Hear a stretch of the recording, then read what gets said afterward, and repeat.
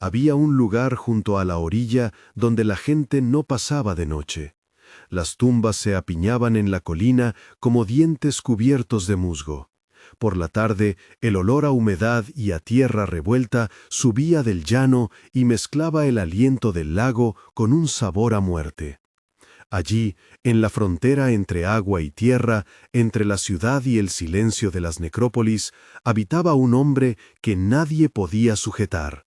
Su voz se perdía en gritos, su cuerpo estaba surcado por heridas imaginadas o reales. Su sombra era una historia que todos conocían y a la que nadie quería mirar de frente. Antes de seguir, si te queda tiempo, quédate hasta el final. Suscríbete y activa las notificaciones para recibir palabras que te sostengan y te desafíen. Comparte este mensaje con alguien que necesite escuchar que la libertad es posible. Cruzó el lago una barca con Jesús y sus discípulos. La gente que vivía en aquel lado del territorio gentil miró desde lejos. La presencia de él no era rumor, sino peso. Venía de la mar como quien trae orden donde hay confusión. El hombre de las tumbas salió a su encuentro. No andaba entre la gente como un vecino, corría entre los sepulcros, se lanzaba sobre sí mismo, se golpeaba con piedras, se cortaba con pedazos de roca. Cuando algunos intentaban acercársele, lo ataban con cadenas fuertes y con grilletes, pero las ataduras se rompían como si fueran de paja al soplo del viento. Nadie podía mantenerlo, nadie tenía autoridad sobre aquella furia que se decía multitud.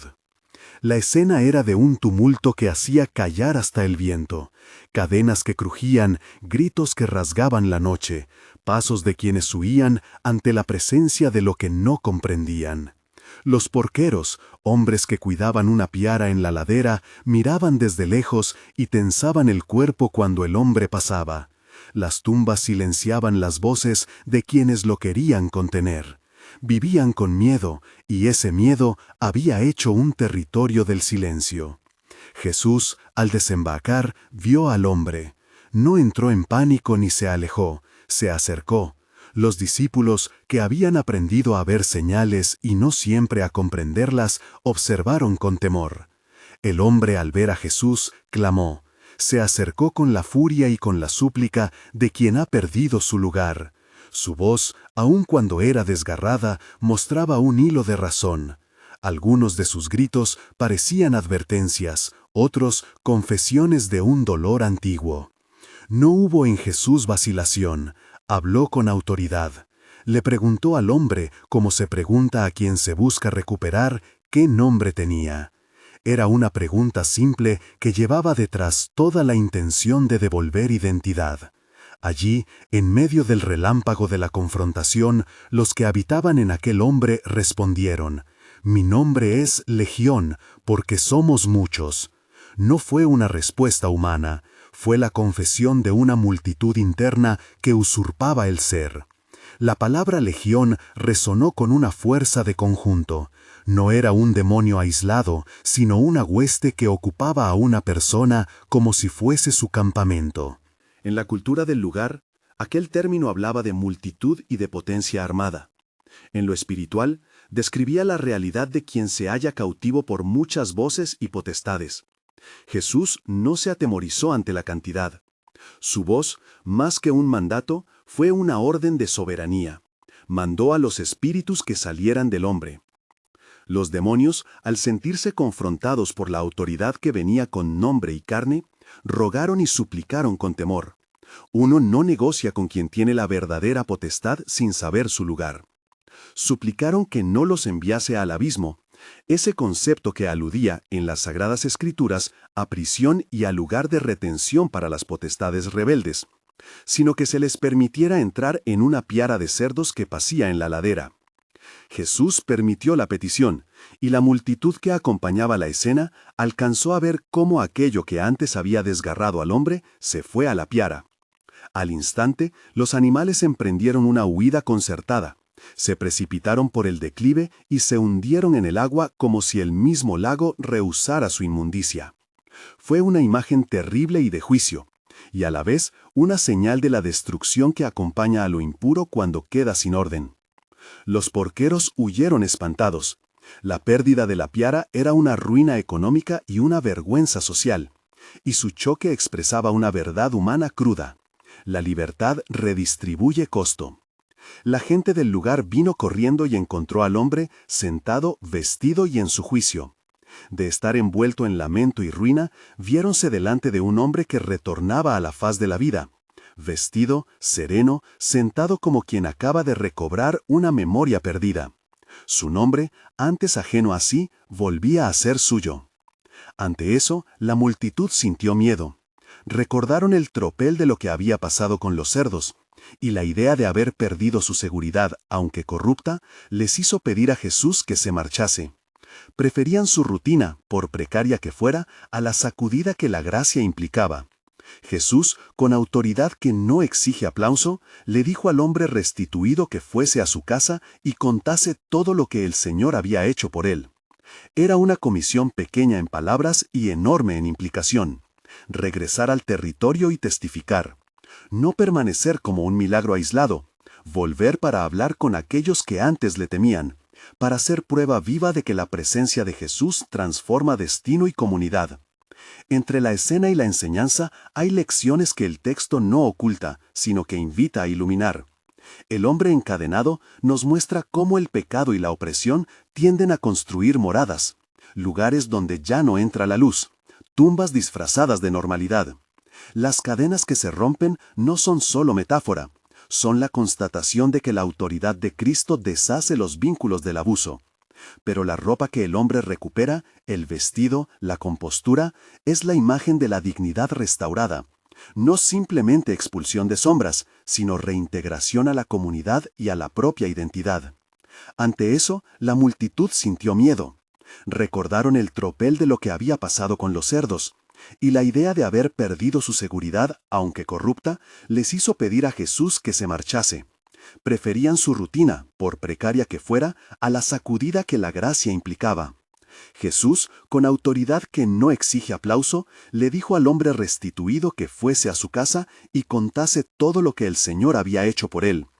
Era una comisión pequeña en palabras y enorme en implicación. Regresar al territorio y testificar. No permanecer como un milagro aislado. Volver para hablar con aquellos que antes le temían, para ser prueba viva de que la presencia de Jesús transforma destino y comunidad. Entre la escena y la enseñanza hay lecciones que el texto no oculta, sino que invita a iluminar.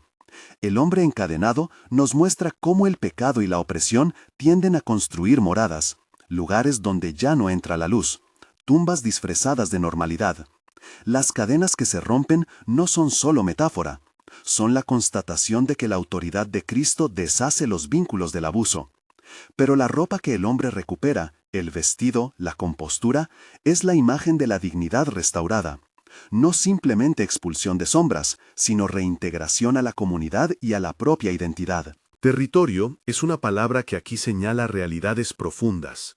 Hay sitios del alma y del pueblo donde lo impío ha echado raíces. Hay costumbres y prácticas que funcionan como anclas para la opresión. En la orilla, la necrópolis era territorio de muerte, la piara, territorio para lo impuro, la cultura del lugar, territorio de tolerancia con aquello que les aseguraba ciertos beneficios o evitaba cambios. Jesús no actúa como quien impone un nuevo orden sin reparar las consecuencias. Actúa como quien restituye la dignidad y llama a enfrentar el coste de la libertad. Si miramos las Escrituras, hallamos que no todo lo impío es enviado al abismo de inmediato en la historia visible. Hay referencias que hablan de prisión y de juicio. Piénsese en la imagen del abismo y en las referencias que la Escritura usa para hablar de potestades derrotadas. Pero en este relato concreto, la huida hacia el agua y la hundición de la piara son señales de que la potestad que ocupaba a aquel hombre ha sido desplazada y destruida. Lo que antes dominaba físicamente, ahora se precipita a su propia ruina. Es una realidad que desconcierta. La caída de lo oscuro puede implicar pérdidas visibles para la comunidad y controversias morales para quienes observan.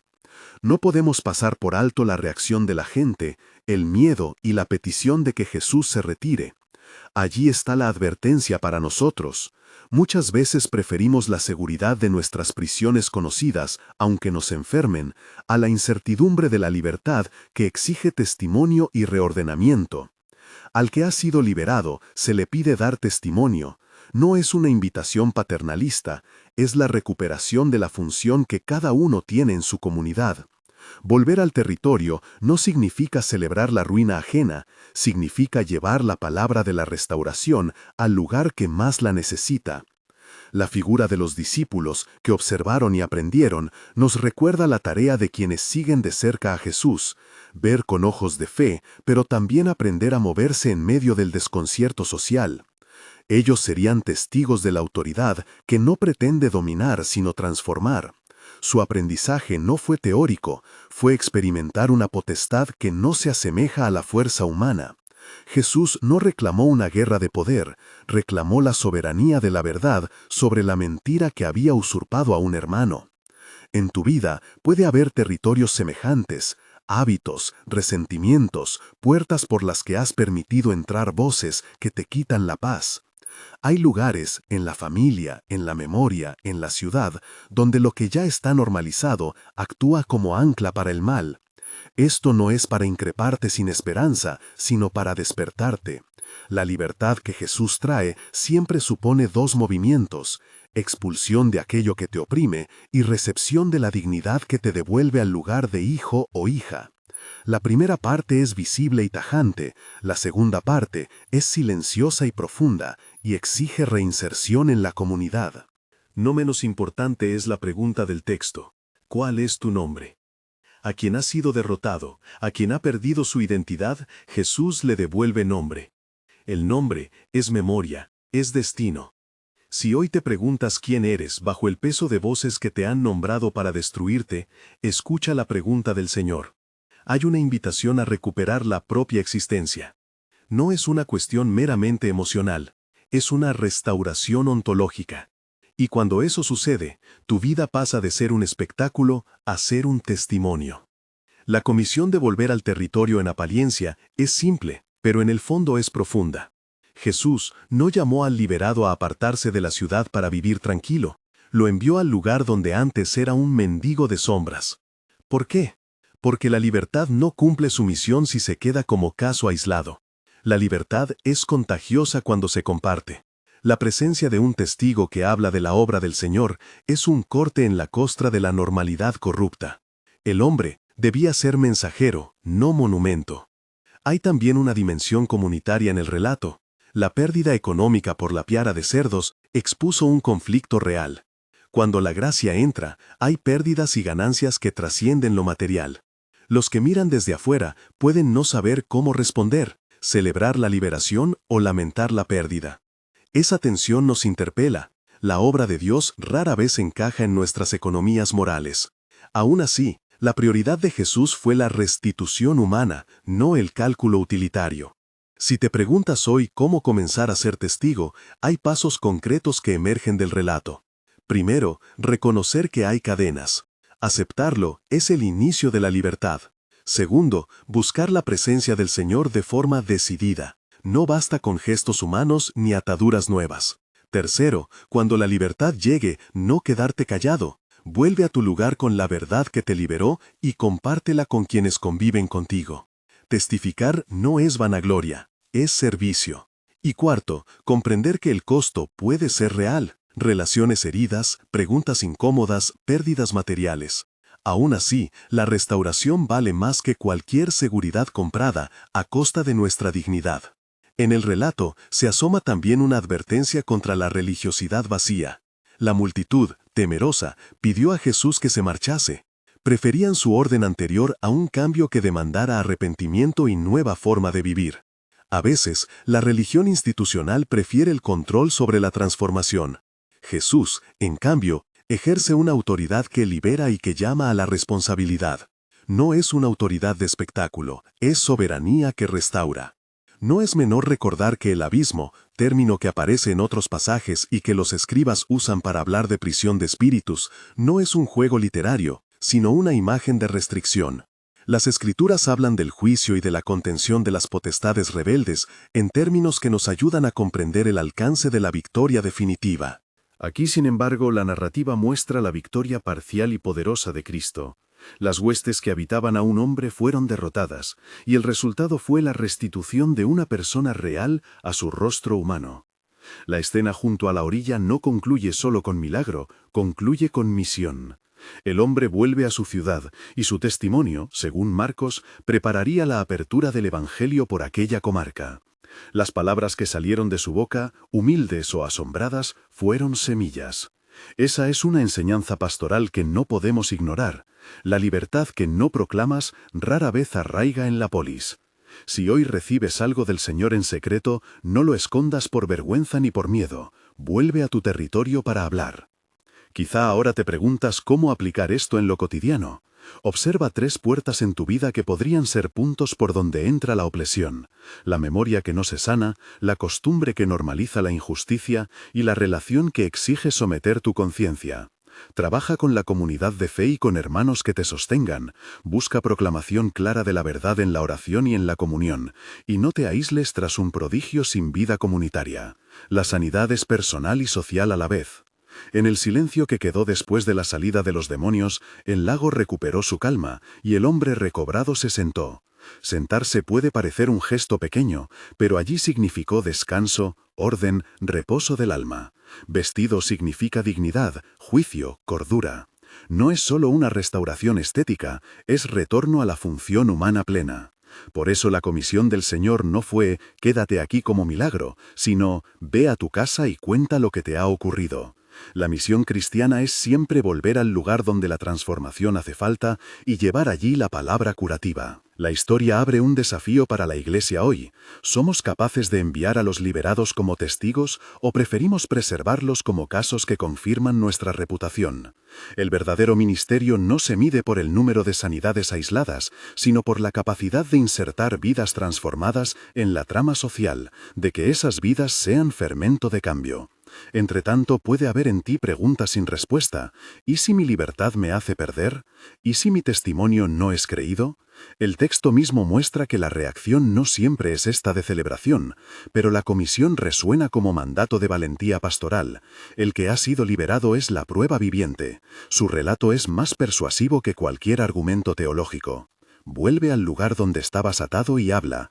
No te avergüences, entiende que tu historia, con sus cicatrices, es la herramienta más efectiva para tocar el corazón de otros. Al mirar de nuevo las imágenes del relato, se nos pide decidir, permanecer cómodo en lo conocido o asumir el riesgo de la libertad. Jesús vino no a bajar el precio de la opresión, sino a pagar el suyo, con autoridad, llamando a la restauración plena. La historia abre un desafío para la Iglesia hoy. ¿Somos capaces de enviar a los liberados como testigos o preferimos preservarlos como casos que confirman nuestra reputación? El verdadero ministerio no se mide por el número de sanidades aisladas, sino por la capacidad de insertar vidas transformadas en la trama social.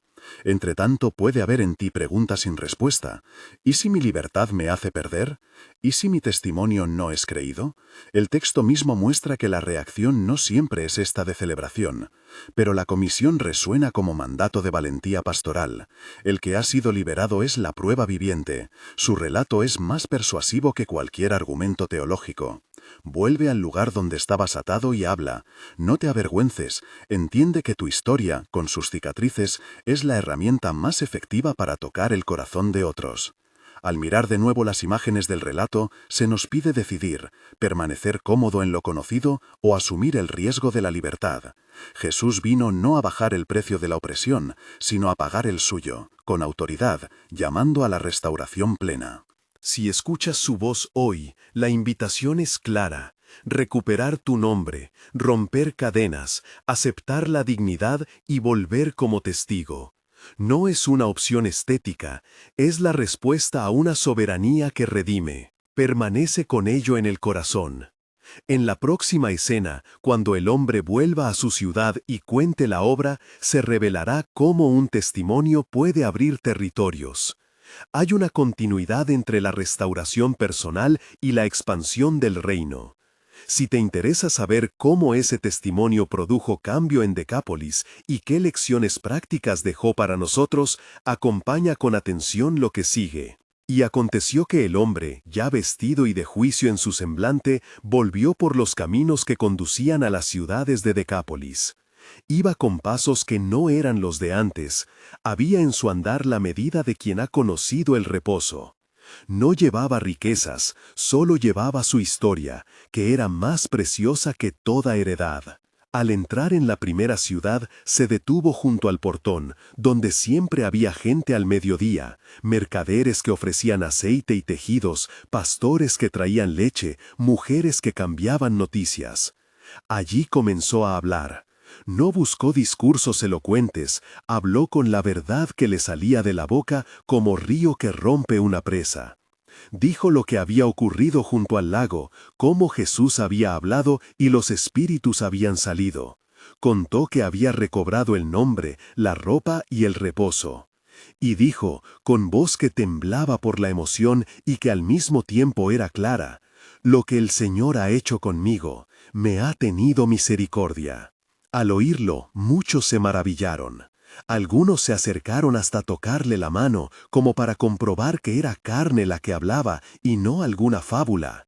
Otros inclinaron la cabeza, meditando en silencio. Hubo quienes, por temor a perder el orden de sus propias vidas, cerraron los labios y miraron hacia otro lado. Pero la palabra había sido sembrada, ya no era posible arrancarla por fuerza. Los oyentes llevaron la noticia. A las puertas de otras plazas, en las posadas donde descansaban los viajeros, en los talleres donde se trabajaba la arcilla, se repetía el relato. Las caravanas que cruzaban el territorio dijeron a sus auditores, «Hemos hallado a un hombre que antes estaba atado y ahora anda en libertad». De ciudad en ciudad la historia corría, no como rumor vano, sino como testimonio que obliga a interrogar el alma. Así se abre un espacio nuevo en la comarca, la curiosidad, la compasión, la esperanza mezcladas. No fue todo aceptación sin conflicto. Algunos preguntaron por detalles y la pregunta genuina condujo a diálogo. Otros sospecharon de extraños poderes y discutieron en voz alta. Los ancianos del lugar escucharon. En las asambleas a la puerta de la ciudad se hablaba del hombre que había vuelto vestido y sentado, y unos decían que se debía oírle, otros decían que se debía cuidar la paz del pueblo. En medio de todo, el testigo no se escondió ni buscó privilegios. Hacía lo que le había mandado la voz que encontró junto al lago, contar lo que el Señor había hecho por él, y lo hacía sin pedir recompensa. Hay en ese gesto una lección para la comunidad de fe. El testimonio no es un ornamento del culto ni un acto de exhibición. Es la columna que sostiene la expansión del reino. Cuando la obra de Dios se encarna en una vida y esa vida sale a la plaza a decir la verdad, la ciudad recibe una prueba que no puede reducirse a discurso teórico. La narración de un corazón restaurado atraviesa defensas. La respuesta puede ser la incredulidad, la burla, la sospecha o la rendición, pero no es neutral, obliga a una decisión. Observa también que el hombre no se presentó como maestro ni como portavoz de doctrina. Su pale, su arma, era la memoria vivida, las noches de tormento, el llamado, la calma que vino después. A veces, la autoridad de los que enseñan es necesaria. Otras veces, la autoridad decisiva es la experiencia que confiesa y que desnuda el corazón de quienes escuchan. Por eso, la Iglesia debe cultivar la palabra del testigo, cuidarla, acompañarla y, sobre todo, enviarla. No guardes el liberado en vitrinas, envíalo a hablar en la plaza, en la casa del vecino, en la casa de los ancianos. 3 rasgos prácticos surgen del relato para aquellos que desean que su testimonio sea fructífero. Primero, la claridad. El hombre dijo lo esencial, lo que le pasó y quién fue el agente de su liberación. La gente no necesitó disertaciones, necesitó un nombre y un hecho. Cuando hables, nombra a aquel que obró y concreta la obra. Decir Dios me sanó, sin más, puede ser verdad. Decir Jesús me llamó junto al lago y me devolvió el juicio es dar una pista para que otros encuentren la senda. La especificidad no es vanidad, es puerta de encuentro. Segundo, la humildad. El testigo no reclamó autoridad sacerdotal, ni reclamó que su vida fuese hecha ejemplo impoluto. Mostró sus cicatrices y las convirtió en caminos por donde otros pudieron caminar. La humildad concede credibilidad. Si te colocas en el pedestal, tu palabra no atraviesa. Si te colocas como hermano que ha recibido misericordia, tu palabra llega a la mesa del otro. Tercero, la constancia. El hombre no proclamó una vez y se fue, salió, contó, volvió a contar. La verdad que entra en una ciudad suele necesitar repetición para arraigar. Las primeras veces se oyen como novedad. Con el tiempo, si la palabra se sostiene en obras y en comunidad, se hace criterio de juicio. Por eso, la comunidad acompaña, sostiene al testigo y replica la palabra mediante actos de hospitalidad, de justicia y de misericordia. La palabra sola abre puertas, la palabra más la obra mantienen abiertas esas puertas. Al cabo, esa misión de volver y hablar no es únicamente una estrategia de conquista social, es obediencia a una comisión. Jesús, al mandarle volver a su casa, no le estaba ignorando, le estaba enviando.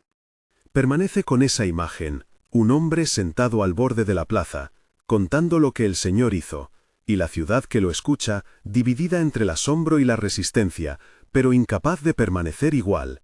Allí germina la esperanza de un pueblo que, por la palabra de uno marcado por misericordia, comienza a mirar más allá de sus ataduras antiguas. A la mañana siguiente, la plaza despertó con los ruidos de siempre, el pregón del panadero, el roce de sandalias, el rumor de voces que discutían precios y cosechas, pero entre esos sonidos había ahora un hilo nuevo, relatos que se enredaban unos con otros y, poco a poco, tomaban forma de memoria compartida. El hombre pasado por la misericordia no buscó los espacios de prestigio, fue a las casas donde se guardaban las penas ocultas, a los umbrales donde la gente conversaba en voz baja, contaba la misma historia con humildad, lo que había perdido su vida, la locura que lo había desgarrado, la mirada que lo restituyó, la paz que vino después. No añadió adornos, dijo la verdad.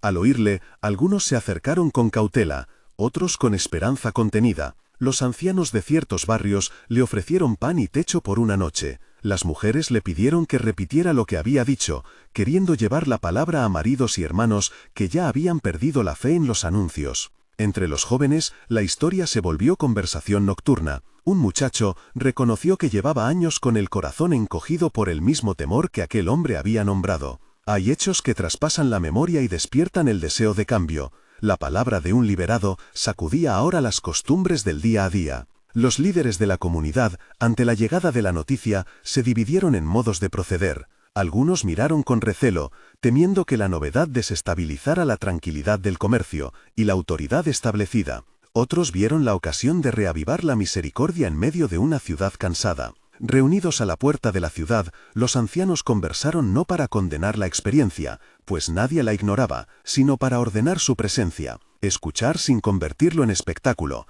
acompañar sin explotar la emoción, nombrar normas de hospitalidad que protegiesen al testigo y a los que recibían la palabra. Esa prudencia fue, en verdad, un acto de amor, no dejar solo al que había sido tocado. La comunidad aprendió así a ser cantera de testigos. No se trató de erigir altares al suceso, sino de enseñar al hombre a hablar con sobriedad, a no ofrecer promesas que la gracia no hace, ni a falsear la experiencia para ganar adeptos. Se le enseñó a reiterar la verdad sencilla, que Dios había obrado en él, que la vida podía ser reconstruida, que la libertad recibida pedía salida. También se le dio lugar en la casa de oración, no como espectáculo, sino como voz que confirmaba la palabra viva. La restauración individual, cuando se ancla en la comunidad, se vuelve criterio de juicio y motivo de esperanza. Con el paso de las semanas, hubo frutos que no siempre fueron vistosos. Una mujer comenzó a perdonar una ofensa antigua. Un publicano, que había escuchado a media voz el relato, cambió la dureza de su trato con los pobres. 2 hermanos que no se hablaban volvieron a sentarse a la misma mesa. Nada de ello ofrecía titulares, pero cada gesto la semilla. Donde la gracia había removido lo más íntimo, la ciudad empezó a mostrarse capaz de otras posibilidades. No todo cambió de una vez. La incredulidad permaneció en muchos, pero la vida de la ciudad ya no era la misma, porque en sus casas se volvía a hablar de misericordia y de restitución. Para el que había sido liberado, la obediencia fue más alta que el reconocimiento. No buscó honores ni posiciones, quiso ser puente. Sus palabras no eran sermones doctos, sino relatos que abrían manos y corazones. A quienes le preguntaban por qué había vuelto a la plaza, respondía con la simplicidad de quien sabe que algo le fue dado. Porque así me fue mandado, lo que recibí debo contarlo donde fui atado. Su obediencia fue ejemplo para otros. Muchos que habían recibido liberación en silencio comprendieron que la fe se cumple también en la entrega de la propia historia a los que ignoran la gracia. La escena de Decápolis nos deja además una enseñanza sobre el tejido eclesial. La comunidad que celebra milagros ha de ser también escuela de testigos. No es suficiente brindar admiración y seguir adelante. Hay que preparar a quien habla para que su palabra sea fiel, para que sus actos sean coherentes, para que su testimonio no sea vehículo de desorden. La hospitalidad y la disciplina amorosa caminan juntas. Reciben, cobijan, corrigen con ternura y envían. Así se preserva el don sin convertirlo en mercancía y se multiplica la presencia del reino en la vida ordinaria. Al final, la responsabilidad vuelve al lector y al oyente de estas palabras. La pregunta que dejó el hombre en la plaza no era retórica. ¿Qué harás con la libertad que te ha sido dada? ¿La guardarás entre recuerdos privados o la llevarás a la mesa del vecino, al umbral de la casa donde la sombra aún pesa? La llamada permanece. Vuelve a donde fuiste atado. Cuenta lo que te sucedió, ofrece tu vida como puente. No todos creerán, no todos aplaudirán, pero la obediencia de un testigo puede ser la semilla que cambie la historia de una ciudad. Que cada comunidad se pregunte si está formando testigos o si solo aplaude los signos. Que cada liberado aprenda a hacer palabra sobria y mano que sirve. Y que, donde quiera que hoy te encuentres, recuerdes que la misericordia recibida no es tesoro para ocultar, sino encargo para cumplir. Si respondes a esa llamada, la plaza en la que vuelvas ya no será la misma, y en esa diferencia encontrará Dios un nuevo lugar para sembrar su reino.